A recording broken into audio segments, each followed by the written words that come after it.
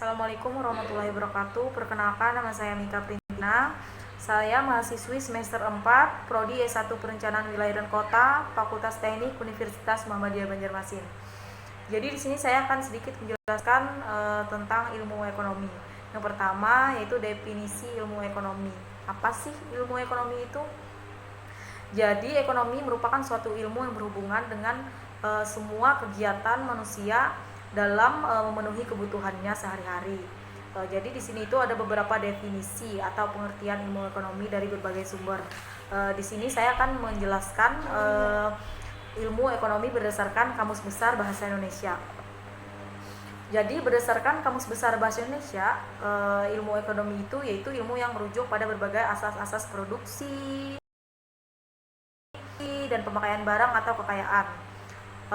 Kalau kekayaan di sini, kekayaan yang dimaksud yaitu adalah termasuk uang, perindustrian, maupun kegiatan perdagangan, serta mencakup hal-hal mengenai pemanfaatan uang, tenaga, waktu, dan juga sebagainya yang berharga. Jadi ilmu ekonomi itu juga berhubungan dengan tata kehidupan perekonomian suatu negara. Maksudnya yaitu mencakup semua tindakan seperti aturan atau cara untuk menjalankan usaha perekonomian dalam perdagangan dan perindustrian. Selain itu juga ilmu ekonomi juga berarti urusan keuangan rumah tangga. Jadi rumah tangga yang dimaksud di sini yaitu seperti organisasi atau negara. Selanjutnya kita memasuki jenis-jenis analisis ekonomi. Secara singkat, untuk jenis-jenis analisis ekonomi di sini yaitu berupa analisis ekonomi deskriptif, teori ekonomi, dan juga ekonomi terapan atau dengan kata lain yaitu ekonomi kebijakan. Terus selanjutnya kita masuki sifat-sifat atau unsur dalam teori ekonomi, yaitu yang pertama ada variabel, yang kedua ada asumsi, dan ketiga itu ada ramalan.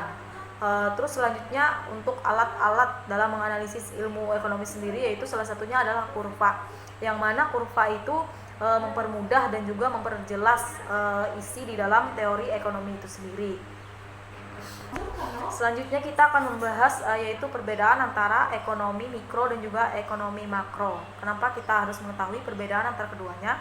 Yaitu keduanya itu sama-sama mempunyai peran penting untuk mengukur tingkat pertumbuhan ekonomi dalam skala sampai skala besar, karena keduanya itu saling berkaitan.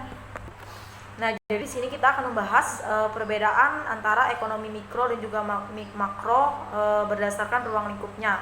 Yang pertama yaitu ekonomi mikro berdasarkan ruang lingkupnya, yaitu meliputi teori produksi, permintaan, penawaran, perilaku konsumen, elastisitas permintaan, elastisitas penawaran, dan juga pasar.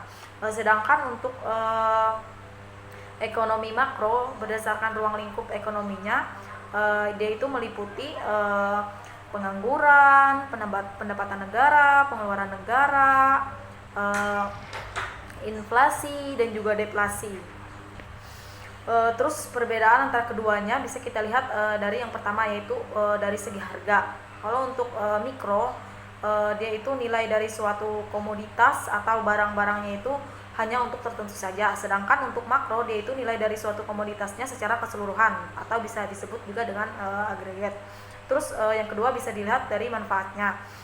Untuk mikro, dia itu manfaatnya untuk menentukan harga suatu produk bersama dengan harga faktor produksi seperti tanah, tenaga, modal, pengusaha, dan juga lain-lain. Sedangkan untuk makro, dia itu manfaatnya untuk menjaga stabilitas di tingkat harga umum dan menyelesaikan masalah utama ekonomi itu sendiri seperti inflasi, deflasi, pengangguran, dan kemiskinan secara keseluruhan.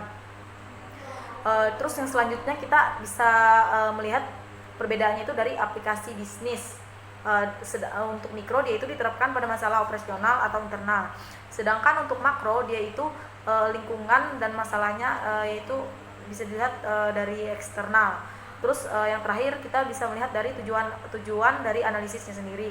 Kalau untuk mikro dia lebih fokus terhadap tujuan analisis tentang cara mengalokasikan sumber daya yang dimilikinya.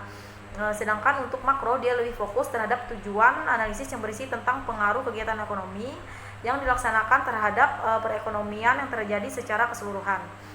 Mungkin itu saja yang bisa dapat saya sampaikan mengenai ilmu ekonomi.